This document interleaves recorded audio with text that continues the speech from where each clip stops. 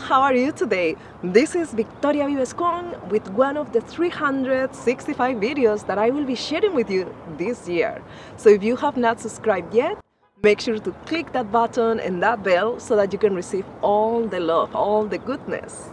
Today, once again, I'm out here in nature. It's so beautiful. I can see the city down there, but now we are here with nature, remembering that we are part of it.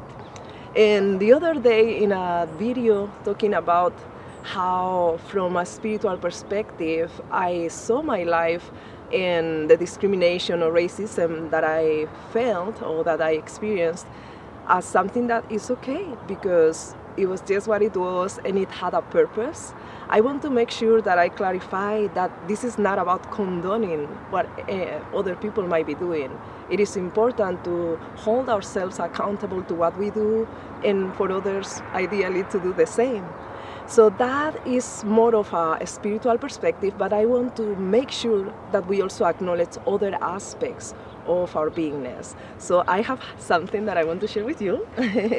So I'm going to get in my teacher mode.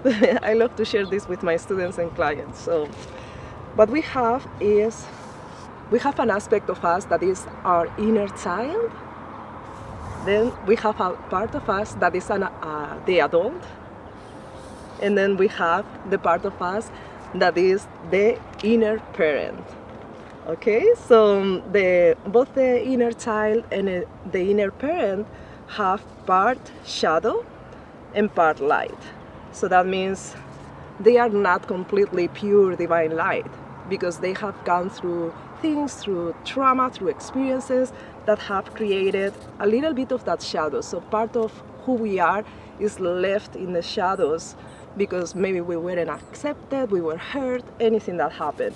So it's important to understand that we will always have a little bit of that or a lot of that, but as we work through our healing, we are able to clear some of that shadow and turn it into more light.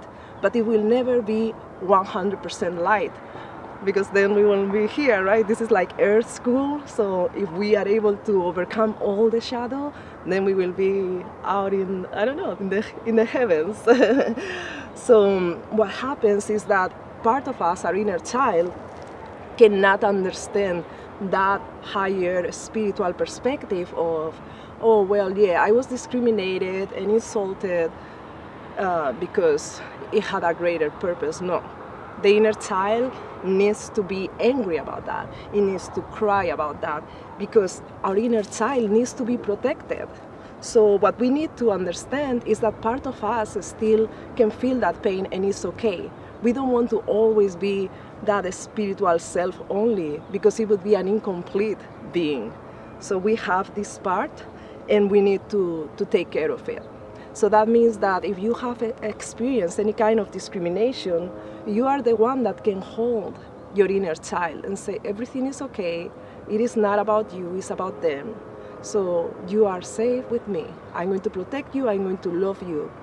So that's the work that we do. And that work can be done by understanding our inner parent. Normally, our inner parent is inherited from our parents, so how our caretakers have treated us. So it has a shadow. That means that sometimes you might have those voices in your head, like your parents told you something or your caretakers told you something that wasn't positive. So that's the shadow in our inner parent. And also, as the inner child, can be healed. So that means that we can look for other models. So I remember once I was in the airport and I lost an airplane and a flight. I was so mad at myself, saying terrible things about myself. And then I realized, hey, wait, what would a very, very loving, understanding parent say to their child that has lost the flight? So I started changing that in my shadow, and that became part of my light as my inner parent, how I treat myself, how I treat my inner child. So that's the work that we can do. We can also look at other parents for examples. Oh, I like how that parent treats their children, so I'm going to bring that model so that I can bring more light into my inner parent and heal some of the shadow, bringing it to the light, integrating it. So that's how we heal both the inner child and the inner parent. And of course, our parents maybe just didn't know how to act better in that situation because they inherited that inner parent from their parents, and their parents from their parents, and that's how we heal our lineage, right?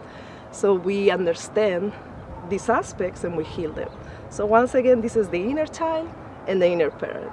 And then the adult that is almost in the middle is like computing the information and the communication between both, but it is almost like a computer that doesn't have emotions, that doesn't judge. So it doesn't say this is good or bad, it's just completely neutral, but it puts us in a role when we need to just perform at work or do other things. So once again, inner child, adult, inner parent, and then overseeing everything is the spiritual self. That's the one that says, I came to this earth and this is so great that I have this challenge, because thanks to this challenge, now I can learn this, I can offer that. So that's that part that can be, oh, I'm not affected, but that doesn't mean that the inner child is not. So we want to make sure that we allow those feelings of our inner child to be expressed. So if we need to come out here and scream, ah, it was so unfair, that's totally fine, because we need to put it out. We don't want to keep the pain inside or the bomb inside. We don't want to throw it to somebody else, but we can ask Mother Earth and nature, please help me release these emotions. I'm a human. I have this wide range of emotions and I need to do something with it. Please, Mother Earth, please, earth, fire, water, air, help me clear this from me so that I can be a happier being and help others also being happier. So I just wanted to clarify that, because sometimes we can be into bypassing certain things, and we want to make sure that we acknowledge how we are a multifaceted being. All right, so that was for today.